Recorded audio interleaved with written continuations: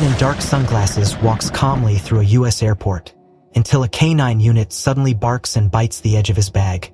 What seems like a routine check spirals into a chase, uncovering forged identities, a global conspiracy, and a betrayal buried deep inside the system. The dog isn't just reacting, he remembers. And someone inside wants the truth buried. This story isn't just about a fugitive, it's about trust, instinct, and a bond stronger than corruption. If you're ready for a tense, emotional ride, hit like, subscribe, and stay with us till the final moment. It was just past 3:20 p.m. when flight JL 811 from Tokyo touched down at John F. Kennedy International Airport. As the arriving passengers flowed through the gleaming corridor of Terminal 4, the atmosphere felt no different than any other weekday. Businessmen wheeling compact luggage, elderly tourists with wide-brimmed hats, young backpackers hugging their sleep-deprived bodies. But among them was a man who moved with peculiar precision. He was in his mid-50s, medium build, olive skin, clean-shaven. His navy blue trench coat fit perfectly, tailored not off the rack.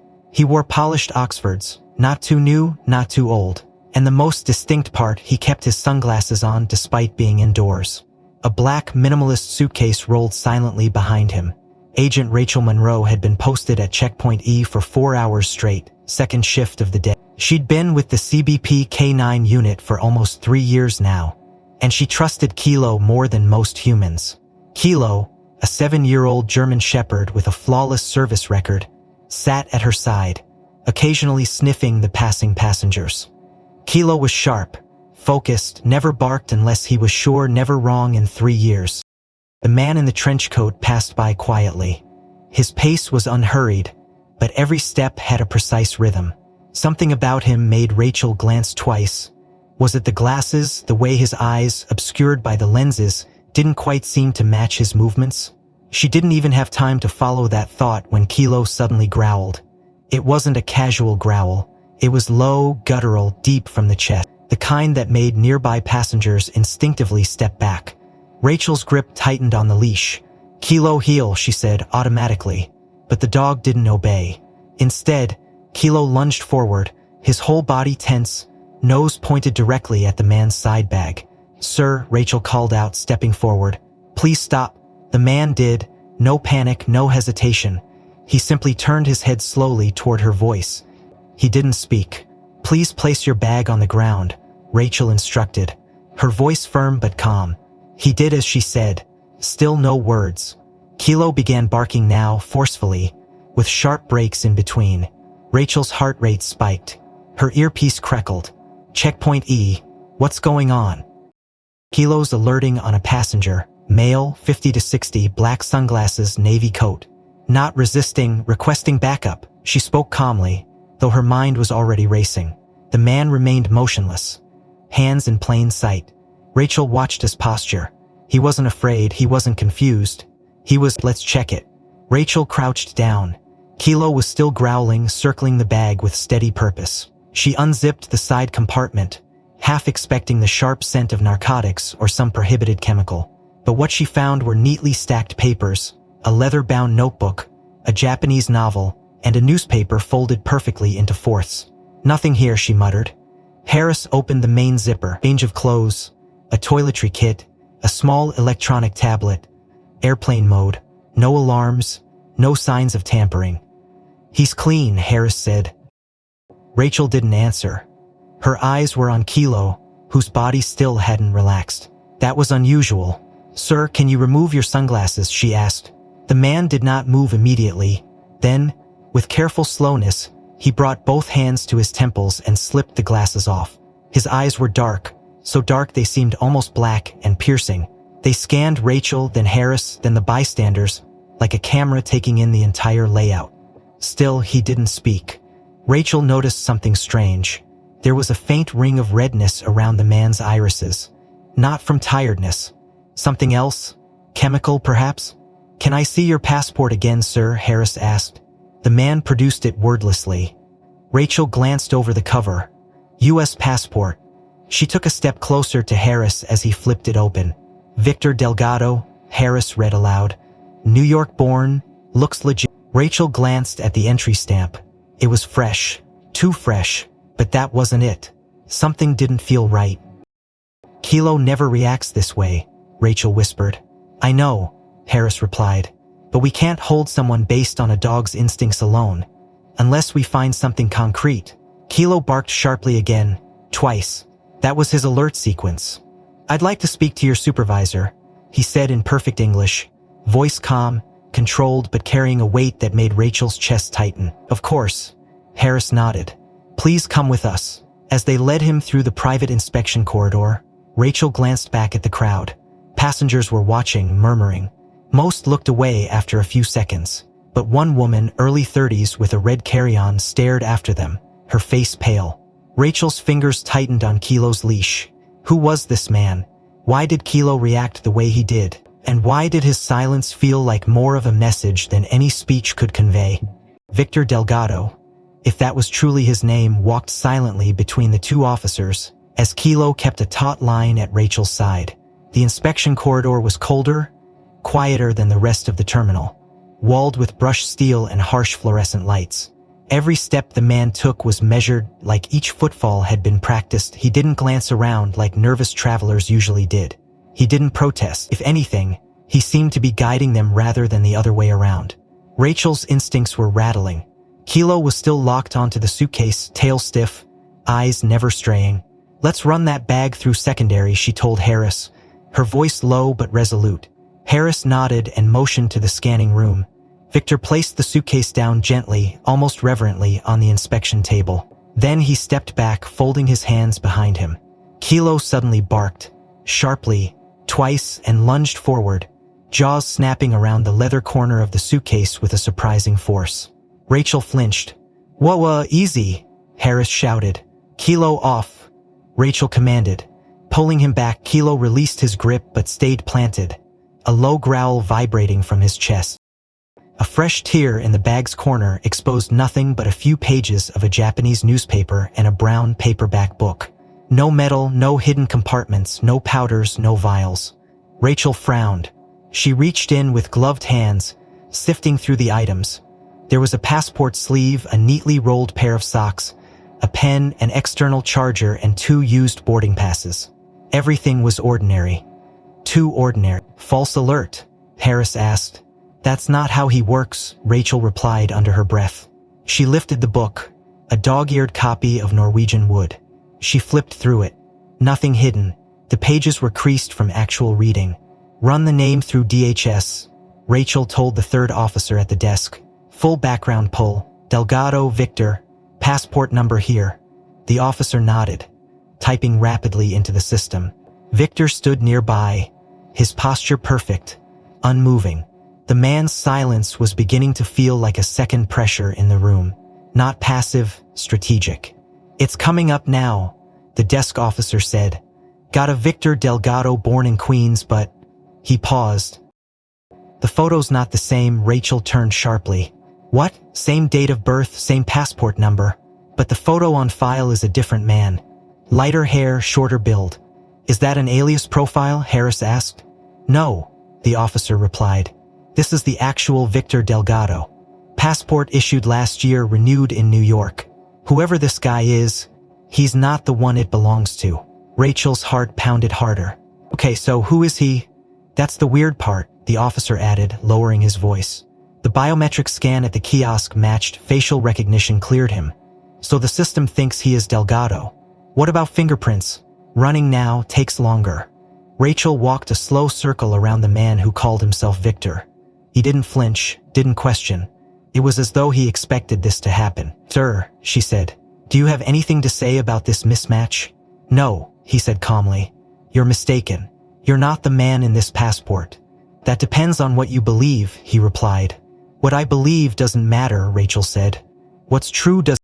Still no grounds to detain. He's not flagged on Interpol, DHS, TSA watch list. Nothing. We can't hold him without probable cause. The dog's an alert, Rachel said. Yeah, but no contraband, and even the K9's record isn't enough if the bag's clean and the ID passes scan. Rachel knew he was technically right, but her gut was clawing at her. Get a supervisor, she said. Harris raised an eyebrow. Rachel, do it. The third officer stepped out with his radio. Rachel stared at Victor, her mind racing. "This isn't random," she murmured to herself. "You're doing this for a reason." Victor's lips curved, barely a smile, more a flicker of acknowledgement. That was the moment Rachel saw it. A faint white scar under his left jawline, shaped like a hook, was partly obscured by his collar, but unmistakable. She had seen it in a briefing years ago. "Wait," she whispered, eyes narrowing. Her memory opened like a locked drawer. A case file long buried. An operation in Marseille. A joint investigation, DDA, FBI, Interpol. Never confirmed. No mugshot. No mugshot. No mugshot. Just field sketches. Voice transcripts. Partial fingerprints. Alleged international facilitator. Linked to 6 disappearances. Always vanished before arrest. And in one grainy surveillance photo taken at night in Prague, barely visible, a man with that same jawline scar and posture, standing beside a crushed embassy car. Her pulse accelerated. Could it be? Was this him? "Rachel," Harris said, nodding at the desk. "Results from TSA come back. There's something else." "What?" Delgado Real One reported his passport stolen 3 months ago in Kyoto. No follow-up recorded. He probably never knew it was used. Rachel stared at the man across from her, her expression sharp, jaw tight. "So you're not Victor Delgado," she said. "You're someone who can fool the system and walk through a US airport like you belong here." "Is that a crime?" he asked, voice low. "Today it might be. Then I suggest," he said softly, "you move quickly." She didn't answer. Behind her, Kilo suddenly stiffened again. Not barking, not growling, just frozen, his nose raised toward the hallway, listening. Rachel turned just as the lights in the corridor flickered once, then again, then went out. The silence that followed wasn't technical. It was intentional. That's when the emergency lights kicked in, casting long shadows, and in that moment, Victor smiled. Not wide, not dramatic, just enough to confirm one thing. He wasn't alone. The red glow of the emergency lights stretched shadows across the inspection corridor like arteries bleeding across metal. The hum-huff back of power was steady but too clean. None of the usual scramble from IT or maintenance, no chatter over radios. Richard stood still, heart hammering. Kilo didn't bark, he just stared, head low, nose raised, toward the hallway where the power had gone out. Victor remained motionless, his hands still folded, his expression unreadable.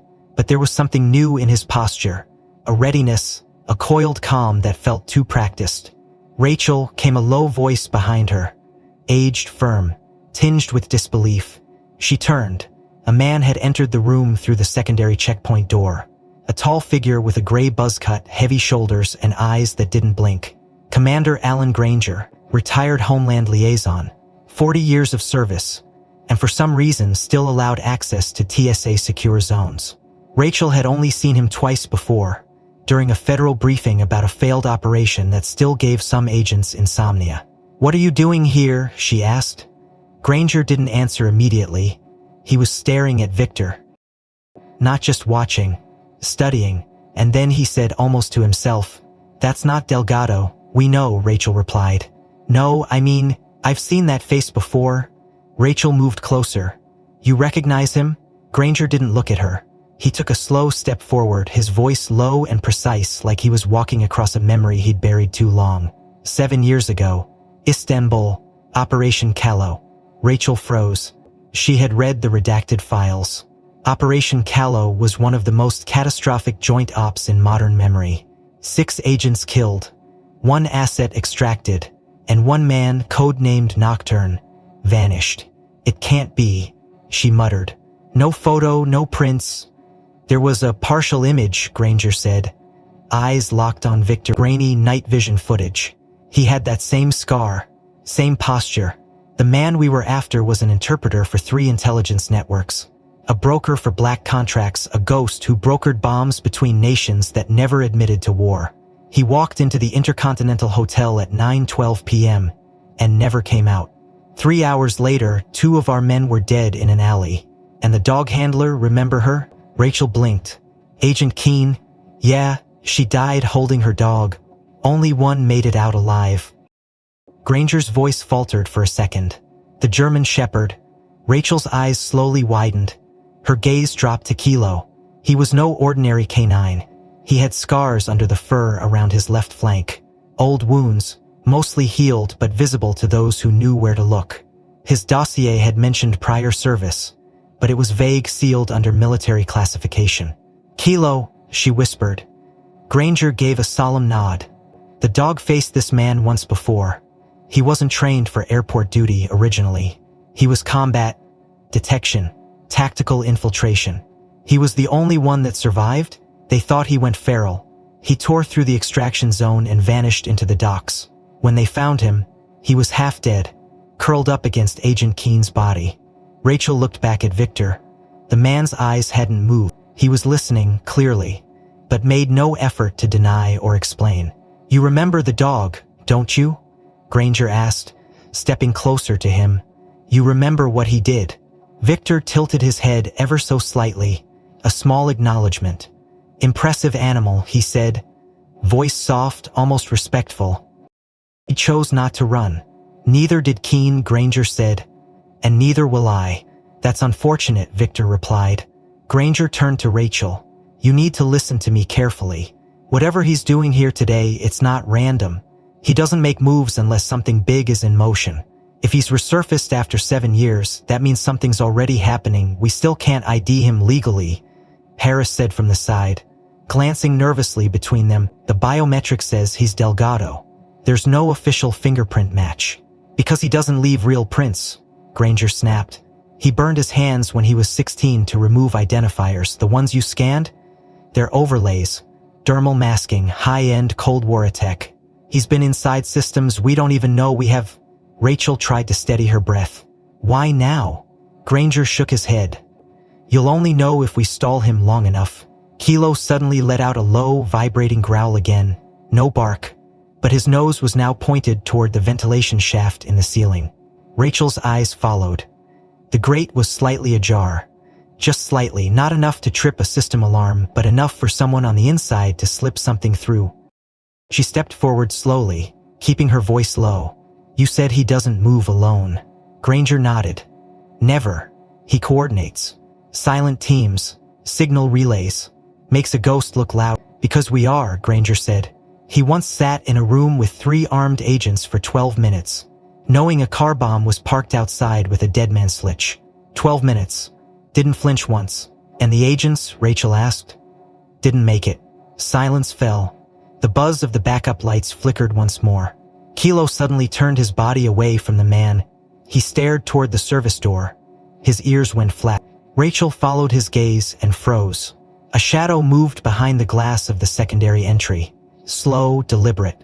Thought, taking someone about the guide. Was there not a passenger, not TSA? Moving wrong, carrying something. Kilo's growl deepened. Rachel's instincts screamed. This wasn't about identification anymore. This was staging, and they were already inside the net. Faint click of a relay echoed through the emergency-lit hallway, barely audible over the tension stretching thin across the inspection bay. Kilo hadn't moved from the service door, his posture frozen, his stare unrelenting. Rachel felt the pressure rising around her like a vacuum, the seconds pressing in like weight on her chest. Harris returned from the radio booth, face emitters locking down. "But CCTV is glitching. Half the feeds from Terminal 4A are stuck or looping, especially near the restrooms." Rachel's eyes narrowed. "Restrooms?" "Yeah," he replied. "We thought it was a syncing issue. But it's not the system, it's deliberate." Granger stepped toward the monitoring station, where a junior analyst was struggling with the replay controls. "Pull the footage from Gate 52 onward. Look for our guy," he ordered. The analyst nodded, hands slightly trembling. His badge read, Luis Ortega, Terminal Surveillance Support, TSA Tier 1. Young, probably early 20s, eyes shadowed by something heavier than stress. Rachel watched him work, noted the speed and certainty in his keystrokes, the way he filtered the feed timestamps with intuitive precision. Within seconds, frames appeared on the screen. Victor, or the man claiming to be Victor, disembarking from the aircraft, weaving calmly through the concourse. Then, at 2:47 p.m., he entered the men's restroom near Gate 56. "Paws," Granger said. "Time to space?" 2:47, Ortega confirmed. "How long was he inside?" The analyst sped forward. His voice trailed. "But what?" Rachel asked. Ortega enlarged the frames. "Clothing's different." He split the screen. On the left, Victor entering in a dark navy trench coat and polished black shoes. On the right, a man emerging in a tailored charcoal suit, with a tan travel bag. Not the black leather case he was now carrying. "That's not a clothing change," Rachel murmured. "That's an identity switch." "He ditched one persona," Granger muttered. "Or took one on." "Run facial match pre and post," Rachel said. Ortega nodded, pulling the software overlay. "It's him, same biometric markers, but he disguised the change subtly. Lens shift, posture alteration, minor gait adjustment. Would have fooled most systems." "He knew where the blind spots were," Harris said. "No way he did that on the fly." "Which means," Rachel continued, "he studied the terminal beforehand, probably weeks in advance. And picked the moment perfectly," Granger added. "Flight choice, arrival window, security rotation. He counted on this chaos as the footage looped again." Ortega froze a frame. "Wait," he said suddenly, leaning closer. "Zoom in on the collar." Rachel stepped forward as the image clarified. The angle wasn't great, but the man exiting the restroom had his collar lifted. Part of the disguise, perhaps. But for a moment, just before he turned toward the camera, something became visible. A dark ink line just at the base of his neck, right side, behind the jaw. A tattoo. Rachel squinted. It looked like an inverted spade, crossed by a single vertical bar. It meant nothing to her. But Ortega took a sharp step back. His breath caught audibly, and his fingers slipped from the keyboard. Rachel turned. "Luis?" He looked up at her, eyes wide, hands clenched. "That tattoo," he said, voice brittle, "was on the man who killed my father." The silence in the room dropped like a weight. Granger straightened. "Say that again?" Luis's jaw worked silently for a moment before he spoke again. "My father was Detective Javier Ortega, NYPD Narcotics Division. He was part of the task force that worked with Interpol on Operation Callow. He never made it home after the Istanbul fallout. They said it was a secondary casualty. Wrong place, wrong time. But I read the private report. The shooter had a mark, right where his collar slipped, just like that. The detail was never made public," Granger said, his voice low and cautious. "Only a handful of people knew. My mom showed me the sketch the feds gave her," Luis said. "Didn't mean much then, but I never forgot the lines. I didn't even know what it meant until I saw him walk past me 2 hours ago. I was posted near gate 58. He passed within 6 feet of me, and for a second it felt. Rachel locked eyes with the young officer. "Why didn't you say anything?" "Because I froze," Luis admitted. "Because I didn't trust myself. I thought I was projecting, but now, after seeing this, no doubt." Rachel turned to Granger. "So this guy, this Nocturne, murdered Ortega Sr. He orchestrated the scene," Granger replied. "Your dad walked into a setup, but the shooter, the one with that exact tattoo, was believed to be Nocturne's enforcer. Some think it was him personally. Others think he manipulates from behind. So either he's the killer," Rachel concluded, "or he wears the mark of one." Luis stared at the image again. "That's him. I'd bet my life on it." "You already have," Granger murmured. At that moment, a quiet ping sounded from the corner terminal. Facial analytics from Homeland Security had returned a cross-match probability. 84.6% confidence. Subject resembles Nomad X, an unconfirmed alias linked to 4 international sabotage events and 2 high-profile assassinations. No fingerprints, no official alias, no known nation. Only whispers. He's playing out from the second he stepped off that plane. He's also adapting, Granger added, which means we've deviated from whatever he expected. And he's watching to see what we'll do. Rachel turned back to the live feed of Victor, who remained seated in the secure holding area, calm, legs crossed, eyes half-lidded, like a man on vacation. But Rachel knew better now. That look wasn't peace. It was patience, and they were running out of time. Rachel leaned against the edge of the monitoring console, eyes fixed on the footage looping across the center screen. The man in the charcoal suit now more than just a suspect. He was the breach incarnate, a thread unraveling from deep inside the fabric they were sworn to protect. Granger stood silent beside her, jaw clenched, mind racing through dark corridors of memory and protocol that often contradicted each other. Luis Ortega still hadn't spoken since identifying the tattoo. Kilo remained close to Rachel's side, his breathing steady but ears still pointed forward, Rachel asked. Ortega shook his head slowly. The Homeland database returned a potential match, Nomad X, but it's graylisted, flagged as restricted access, redacted top to bottom. The system wouldn't even let me access the original capture points. Try again, Granger instructed. Dig through the system logs, trace what was accessed and by who. Ortega hesitated, then keyed into the terminal with an override string. Seconds passed, more. Then suddenly, lines of code flashed across the screen, timestamps, file IDs, and access credentials. And one name repeated, D. McConnell. Rachel's breath hitched.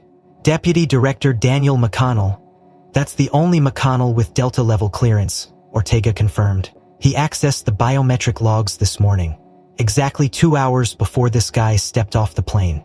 Granger's voice turned flat. What was he doing in the biometric logs? Wipes them, Ortega answered. All 3 major matches on this individual, face, gait, and retina scan, were manually blurred. The logs show edits. Someone went in and downgraded the confidence index from 92% to 38%. That's what allowed the kiosk to greenlight him. He was authorized through, Rachel said coldly. With help. This isn't incompetence, Granger added. It's permission. Harris re-entered the room, his expression grave. I just got word from command, we're ordered to stand down. Rachel turned to him slowly. What do you mean? I mean, I was told directly, no further questioning, no physical interference. Escort him out when prompted. That's it. By who? Regional Director. The message came encrypted from Ops Tower Level 6. The clearance tag was... Granger stepped forward. They told you to let him go? No, Harris said. Worse, they said he's on assignment, that he's one of ours. That's impossible, Rachel hissed. He's not ours. He's the reason people like us exist, to stop people like him. The order was specific, Harris added. Do not detain, do not interrogate. He is to be escorted per protocol. Rachel laughed once. Per protocol? He switched identities mid-middle, bypassed facial match, triggered a K9 trained for international narcotics and counterterrorism, and has connections to 2 separate unsolved murders. But yes, per protocol, let him stroll out like it's a business trip. Granger moved to the far end of the console and pulled out his personal comms unit, one of the few secured to a private network outside TSA jurisdiction. He dialed quickly, turned his back as he spoke into it in a hushed tone, but Rachel caught fragments. Level 4. Nomad X protocol. Yes, he's here. Ortega glanced up. If McConnell authorized this, then that means the upper chain is compromised, right? To compromise, Rachel muttered. Complicit. At that moment, the secure console dinged with a new incoming message. Ortega opened it. It was an internal alert, secure, flagged red. Subject is covert assassination oversight. Do not engage. Escort. Deputy Rachel read it twice. C3 is not an exit. It's not an exit at loss at the Solian filth, collaborations and sealed transfer. He's not being released, Granger said, stepping back into earshot. He's being extracted. Rachel's face hardened. It's a contingency route. It is, Granger replied. And it's not something you trigger unless there's an imminent international blowback. Which means this whole thing isn't about him being inside, it's about keeping him out of view. Why would McConnell protect him? Ortega asked. Granger's expression darkened. Because McConnell's dirty, or scared, or both. Harris shook his head, pacing again. If we defy a direct order, it's our badges, possibly charges. If we obey it, Rachel said coldly, he walks into whatever operation he's here to complete. Or he already has, Ortega whispered. And the rest is cleanup. Rachel approached the holding room. Through the reinforced glass, the man, Victor or Nomad or whatever ghost title he bore, sat quietly, eyes half-lidded, tapping 2 fingers rhythmically against his thigh. No fear, no urgency, just timing. Granger stepped beside her. They're going to take him, we can't stop that. Then we track the breach, Rachel said. Who's feeding him intel? How deep does it go? Deep, Granger replied. If he's in McConnell's pocket, then this isn't just an internal leak, it's systemic. Then we follow the trail backward, Rachel said. Surveillance paths, badge traces, every piece of traffic around Gate 56, we map everything. Ortega added, 15 minutes, that's enough time for a drop, a switch or a transmission. Rachel nodded. And maybe, she said softly, someone slipped, left a fingerprint, a fiber, something real. Even if they did, Harris warned, you realize they'll bury it. Everything we find they'll either erase or spin. You can't beat this from inside. Then we do it from beneath, Granger said. Like we always did in the old days. Rachel stared through the glass once more. The man shifted slightly in his seat, eyes opening, locking on her with that same unreadable look. She met his gaze. The red light above the exit door blinked once. Authorization confirmed. The escort team was already on its way. The blinking red light above the holding room door cast long shadows across the reinforced glass. And as the escort team approached in silence, Rachel's mind refused to slow down. Every step this man took in that terminal had been deliberate, calibrated, protected not just by clearance, but by layers of deception years in the making. She stared at the sunglasses resting on the table next to him. The way he had placed them, lens down. Rachel turned to Ortega. Those glasses, has anyone scanned them? Ortega shook his head. They passed security at entry, but we didn't run a full hardware sweep. We assumed they were personal. They're not, Rachel said flatly. Pull them, run spectrum analysis. I want every chip, every lens tested. Ortega hesitated for a beat, then pushed through the side door before the escort arrived. Inside, Victor didn't react when the young officer entered. He merely turned his head slightly, as if he already knew why he was there. Ortega approached, slow and careful, and lifted the glasses from the table without a word. He turned and left just as silently. Back at the terminal, Rachel and Granger waited as the scan loaded. If he's this protected, Granger said, you can be damn sure he's also recording, transmitting, probably storing data in places we can't see. Like what? Rachel asked. Contacts, locations, assignments, even blackmail. The scan concluded with a soft chime. The results were worse than Rachel expected. Ortega looked up, pale. The lenses are augmented. They contain a signal capture suite, multi-band encryption, thermal filter override, and a real-time uplink to a low-orbit satellite. Not commercial, military. Who's the satellite registered to? Untraceable, Ortega said. The signature is masked by a rotating IP key relay, but the frequency matches Coldwatch, an abandoned system used by CIA in the early 2000s. Except, Rachel's pulse spiked. So he's receiving data? Not just receiving, Ortega said. He's relaying. The glasses are part of a closed circuit. They bounce data into a processor. Get this, not external, not in the frame but indexed through an adaptive compression port. The signal terminates in a biometric pulse match. Where's the processor? Rachel asked. Ortega hesitated. Inside him. Come again? He has a subdermal receiver, Ortega said, pulling up the highlighted scan. Just under the clavicle, probably connected to a dermal port interface. Very old school, pre-nano, but still impossible to detect without a full-body CT. That's how he stored what he stole, Granger muttered. He walked into JFK with encrypted satellite data in his body, and nobody blinked. The satellite's still feeding him, Rachel asked. Yes, Ortega confirmed. And he's sending acknowledgement pings. 30 seconds, he's active, Rachel whispered. Right now, the implications chilled the room. Rachel turned toward the window again, watching the man now stretching his hands slowly, like warming up for something. What kind of asset needs real-time sat feed? Not an asset, Granger said. A broker. Or worse, Ortega added. A bridge Eldora Nomad filer, locked under dual-key access. Granger stepped beside her and inserted his own code. The screen flickered to life. There were only a few lines of text. Most were retracted, but one paragraph remained intact. Subject formerly employed by both U.S. Strategic Intelligence and the Russian FSB between 2005-2012. Status: asset with dual access. History of internal compromise. Disappeared during Istanbul breach. Presumed neutralized. Re-emergence protocol do not approach. Subject known for autonomous operations and long-term asset conversion. Rachel read it twice. He worked both sides and betrayed both, Granger said. He burned his CIA handler in Krakow, sold FSB intel to Mossad in Alexandria, then walked away. Why hasn't anyone hunted him down? Because no one could find him, Granger said. Until now. Rachel's hands curled into fists. He didn't just slip past the system, he helped build it. That's why McConnell wants him untouched, Granger said. Because he's not just a threat. He's a repository, a vault of everything we pretended didn't exist. And now he's back. Which means something broke, Granger added. Or something's about to. Rachel turned back to Ortega.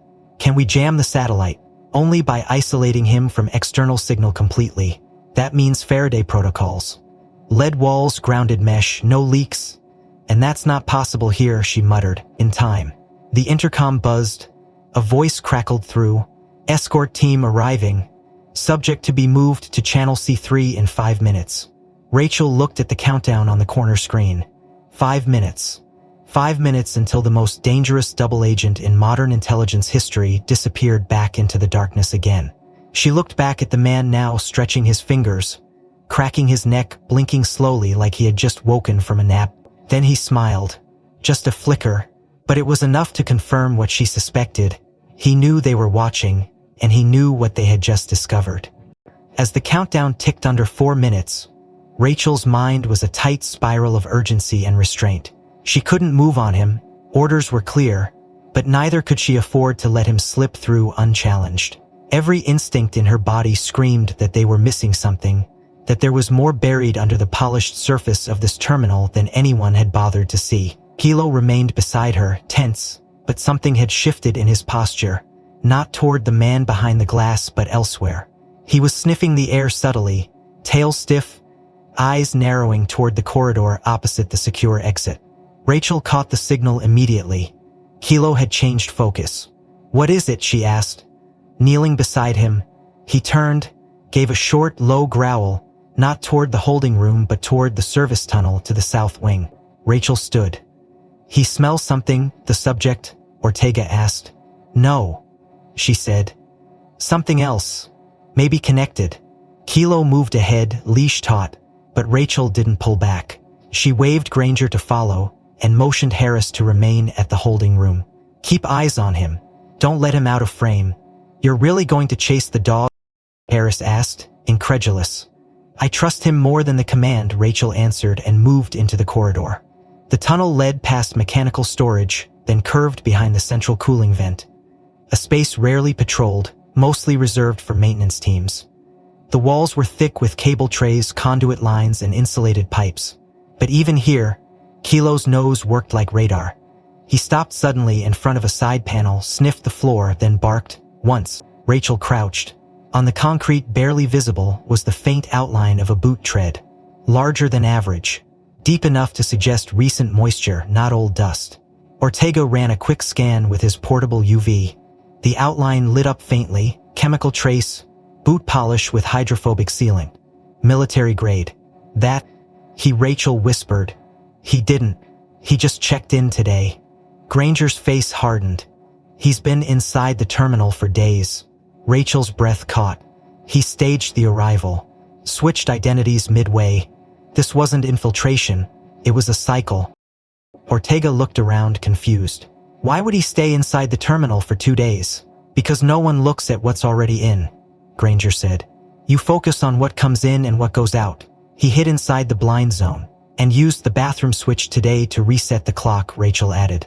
"Start fresh." As Delgado, she lifted her mic. "Monroe, this is Central," came a shaky voice. "Is Kilo with you?" "Yes, why?" "We can't reach Officer Jackson." Rachel's stomach dropped. "What do you mean?" "He's not responding on any line, his station's empty. No sign of struggle, but his badge and firearm are still on the desk." Granger stepped forward, face pale. Jackson was Kilo's handler before transfer. Rachel nodded slowly, connecting the dots. "He's the only person who could override Kilo's imprint." "And he vanished during shift?" "About 20 minutes ago," the voice answered. "We're sweeping the upper comms deck now." Rachel looked at Ortega. "Pull badge logs. Did he swipe out?" Ortega tapped rapidly on his tablet. Negative. No exit signal, no movement registered since he logged in at 12:03 p.m. "So someone took him," Granger said. or he walked away willingly. What does Jackson know? Rachel asked. Everything, Granger said. He was involved in the Istanbul debrief. He trained with Keen. He knew Nocturne's profile. Rachel's pulse spiked. He knew we were getting close. Ortega's screen pinged again. You're not going to believe this, he said. Badge proximity data places Jackson's tracker overlapping with the southern terminal security channel. 2 days ago. Rachel stared. Where we just found the boot prints. Exactly. So Jackson was there too. And he didn't report it, Granger said. Because he already knew. Or help, Rachel added. This gets deeper every step we take. Granger nodded grimly. Jackson helped him in. He's either compromised or part of the operation. Rachel turned to Kilo. The dog was staring at the far bulkhead now, ears sharp, body tense. He barked again, 2 quick barks, then sat. What is it, boy? Ortega stepped forward, scanning the wall. There's a panel here, unmarked, not on schematics. Rachel ran her hand along the edge. The metal shifted with pressure. A magnetic seal. She pulled. The panel swung open. Inside was a narrow crawl space lined with cables, old brackets, and something else. A thermosized black cylinder, mounted with magnets to the inner frame. Ortega's jaw dropped. That's a data node from where? Rachel asked. The TSA, he replied. That's field-grade exfiltration tech, shortwave encrypted relay. Once activated, it pings outward, then deletes itself. How long has it been here? Maybe a day, maybe less? Rachel stepped back, thoughts racing. That's what he was doing in the terminal. See, but Jackson helped. They could have planted more anywhere in the infrastructure. Rachel's hand tightened on Kilo's leash. The dog remained still, gaze fixed on the open crawl space, a quiet growl humming in his throat, like a warning from another time. The panel clanged shut behind them as Rachel secured the relay device in a shielded evidence bag, her heart pounding with the weight of what they had just uncovered. Somewhere deep inside this terminal, a former double agent who had once betrayed 2 nations now sat calmly awaiting his extraction, while Kilo, eyes burning with a purpose only instinct could sharpen, continued pulling them toward the next crack in the lie. Granger, still processing the implications of Jackson's disappearance, followed closely behind as Rachel and Ortega trailed down a different side corridor, branching off the maintenance wing. The further they moved from the main security ring, the more silent the walls became. This part of the airport was seldom trafficked. Old lockers, cleaning storage, defunct maintenance panels, forgotten corners of a modern facility, and the perfect place to hide what wasn't meant to be found. Kilo suddenly jerked left, snout pressed to the base of an old janitor's closet sealed with a rusted padlock. He barked twice, low and deliberate. Ortega stepped forward, crowbar in hand, and with a single heave, snapped the lock clean. Rachel pushed open the door and froze. Inside, buried behind crates of unused floor wax and broken signage, was a canvas duffel bag, old European-style leather trimmed with faint scuffs around the edges. Kilo whined once, stepped forward, then sat. Rachel crouched beside the bag and unzipped it slowly. The first thing she saw was blood, dried, matte, soaked into the fabric lining beneath a folded coat. The next thing she pulled out was a passport, dark red, Japanese, Victor Delgado's name printed clearly beneath a photo. But it wasn't the face of the man sitting in the holding room. Jesus, Ortega whispered. That's the real Delgado. He never made it past the gate, Rachel said grimly. He was intercepted, stripped, and dumped somewhere no one would find him. Granger looked away, jaw tight. He'd been tracking a ghost this whole time. He killed a civilian just to get here. Rachel continued digging. Beneath the passport was a sealed envelope and, buried deep in the inner pocket, a small metallic USB drive taped behind a flap. Ortega examined it. Encrypted, industrial grade, could take hours to crack. Or seconds if you know what you're looking for, Rachel said, handing it over. Ortega plugged it into his secured tablet. The screen lit up immediately. No password wall, just a direct folder labeled Servert Left Asset. Granger stepped closer. Ortega clicked the file. A spreadsheet opened, names, affiliations, code dates, locations, lines and lines of high-level names tied to financial institutions, intelligence agencies, multinational boards, diplomatic consulates. Rachel leaned in. These are senior assets. More than that, Ortega said, his face drained of color. These are controlled assets. Look at the tags: blackmail triggers, offshore routing channels, emergency withdrawals. Some of these are people we brief against. Granger pointed at one row. That's a sitting senator. And there's a Fed vice chair, Ortega added. And a British ambassador, Rachel whispered. This isn't a leak, it's a ledger. Not of allies, Granger said. Of puppets. Controlled by who? Ortega asked. So it's a shell. A front for what? Not a nation, Granger said darkly. A structure. Deep finance. Think tanks with guns, cartels with patents. It's who gets paid when wars end early, and when they don't. Rachel stared at the names. So, this is what he's delivering. Or protecting, Ortega said. Or using as leverage to stay alive. Why hide it in an airport? Granger asked. Why not extract it some other way? Because here, Rachel answered. No one looks past the moment. People move, identities shift. You stash a body in a closet and walk out in his clothes, and suddenly the world believes you belong. Meanwhile, the truth sits in a locker under 3 coats of wax. And now we have it, Ortega said. Not just his location, but his motive. He needed to enter US soil under a false ID to complete something, Rachel said. Maybe a drop, maybe a trade. But the fact he killed for the passport proves it wasn't just about movement. It was about credibility. Granger's eyes stayed fixed on the USB screen. He wanted to walk into a room where everyone would believe who he claimed to be. Rachel zipped the bag shut and stood. We're not dealing with a fugitive. We're dealing with a courier of global manipulation. And someone inside wants him to succeed, which means someone outside needs him to fail, Granger added. So who gave us this window? Ortega asked. If McConnell covered for him, who leaked the signals we followed? Jackson, Rachel whispered. Maybe he switched sides, maybe he left a trail on purpose. Or maybe he's dead, Granger countered. The trail was bait. Rachel's grip tightened on the duffel as Kilo growled again. Not a threat, but an alert. Something else was near. She stepped into the hallway, eyes narrowing toward the flickering light at the far end of the corridor. Footsteps echoed, unsteady, soft, like someone dragging one foot. Rachel signaled Granger with a tilt of her head. The shadow grew longer as the figure approached, just close enough to make out the silhouette. But Rachel already knew before the face came into view. Blood down the collar, eyes wide with something between terror and resignation. Jackson, barely standing. Jackson collapsed into Granger's arms, his breath ragged and shirt soaked with blood at the shoulder. Rachel crouched beside him, her voice low but urgent. Who did this? Jackson coughed, fingers trembling as he reached into his vest and pulled out a laminated keycard, slick with blood. They winced at, but I heard a guy named. Do not make him wait, throw the mafia cope. McConnell's not alone. Who else? Rachel asked. The chief, Jackson whispered. Airport PD. Granger's jaw locked. Hawthorne? Jackson gave a small nod before passing out.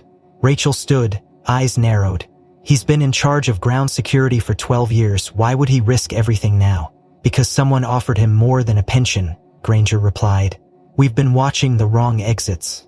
Ortega pulled up the map. Utility hatch E14 connects to the old staff tunnels, goes under the tarmac and loops to gate C12. They haven't been used in years, but they're still on the books. Can you reroute power and lock down that tunnel? Rachel asked. Ortega typed furiously. I can try, but if he's got override keys, they may have already bypassed local control. Rachel snapped the evidence duffel over her shoulder, nodded at Kilo, and moved toward the lower corridor. He's not escaping through a gate. He's slipping through the cracks we forgot existed. Then let's become the cracks, Granger said, following. The descent into the E-level corridor was dim and reeked of aged concrete and burnt metal. Emergency lights flickered overhead. Kilo walked point, silent, nose close to the floor. Ahead, the tunnel split into 3 narrow paths. Ortega checked his signal. E14 should be down the right passage 40 meters. They moved fast, weapons drawn. Footsteps echoed in the distance, too many to count. Rachel held up a fist. Kilo growled. Then came the sharp buzz of an electronic lock disengaging, and 2 figures emerged at the far end. One in a TSA jacket, the other wearing the navy trench coat Victor had arrived in. It wasn't Victor, it was Hawthorne. and in his hand was the same suitcase Victor had carried. Rachel aimed her weapon. "Chief Hawthorne, step away from the case." He didn't. His face betrayed no fear. "You don't know what you're doing," he said. "He made you a promise?" Rachel asked. "No, he showed me the truth," Hawthorne replied. "The names, the list. You've seen it too. You think this system is worth protecting." Granger moved in slowly. "You took an oath, and that oath ends at the threshold of reality," Hawthorne said. "You either bend to the world as it is, or you break." Then, suddenly, motion. From behind the crates, Victor emerged, fast, like smoke materializing. Kilo lunged first, teeth bared, intercepting him mid-sprint. The two collided hard, and the suitcase went tumbling across the corridor. A gun fired twice. Granger returned fire. Screams echoed in the concrete. When Rachel looked up, Kilo was dragging Victor to the ground, teeth locked on his forearm, blood staining his sleeve. But Victor twisted, slammed a boot into the dog's ribs, and broke free. Kilo yelped and stumbled back, his left flank oozing red. Rachel ran to him, cradling his side. "Stay, Kilo, you're okay. But Kilo, defiant even through pain, limped forward and collapsed on the suitcase, leaving a vivid streak of blood across its carbon fiber shell.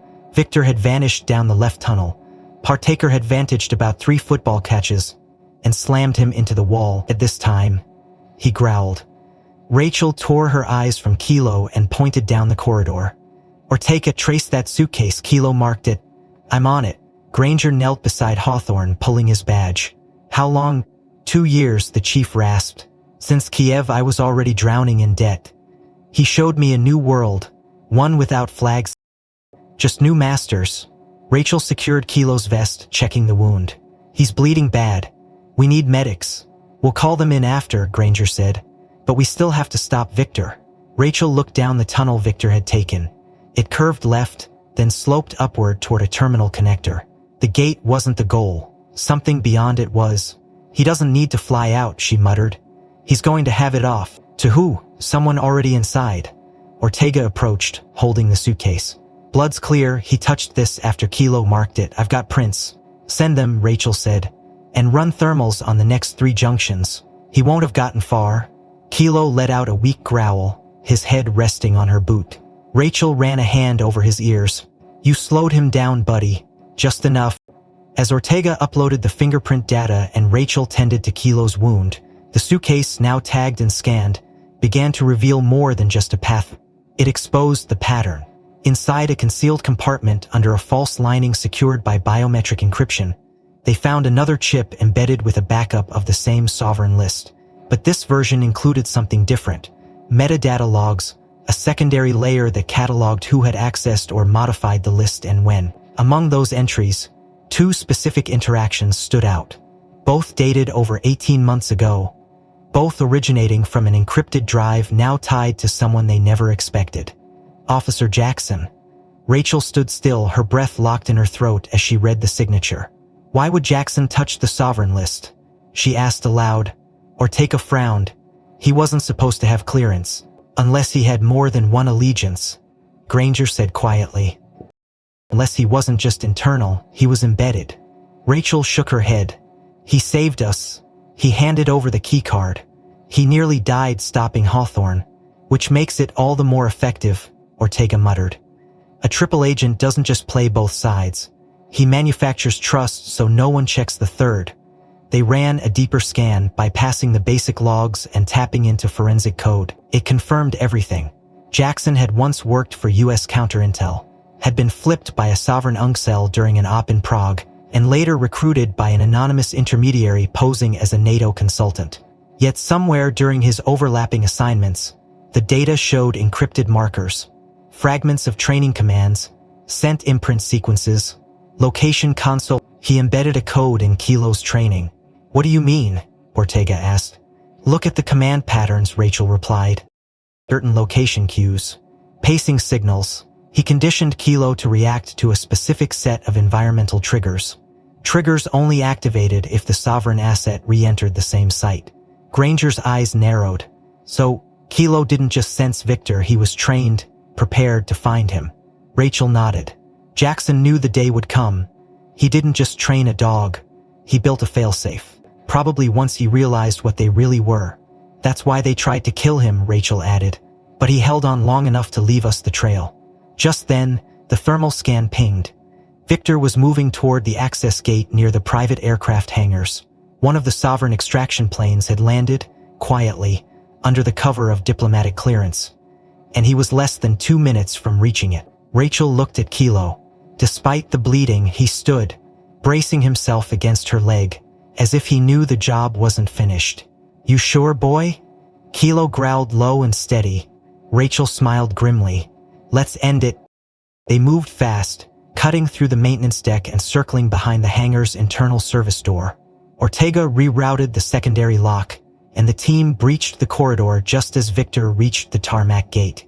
Behind him, 2 men in sleek suits flanked a silver briefcase. A Gulfstream waited, door open, engines humming low. "Federal agents," Rachel shouted. "Hands where you can see them." Victor turned, calm but calculated. "You're late," he said. "And you're bleeding," Rachel replied. "Can't hide that suitcase anymore." "The suitcase doesn't matter," Victor said. "The list is in 3 countries already." "But you're not," Granger said, stepping beside her. "And you're done running."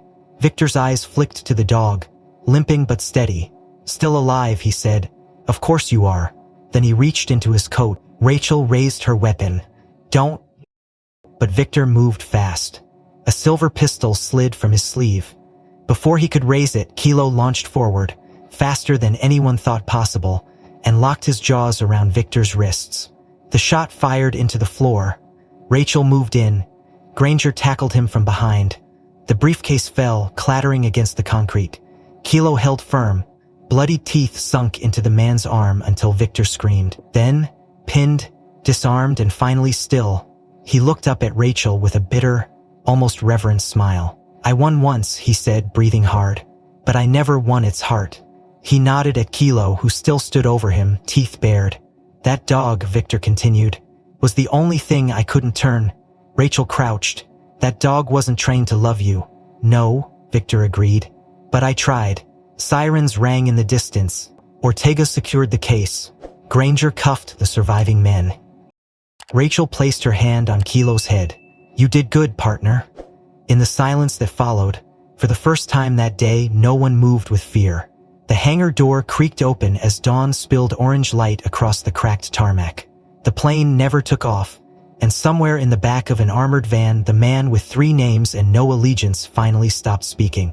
If this story kept you on the edge the whole time, don't forget to like and subscribe for more gripping narratives like this. What do you think was the most unexpected twist?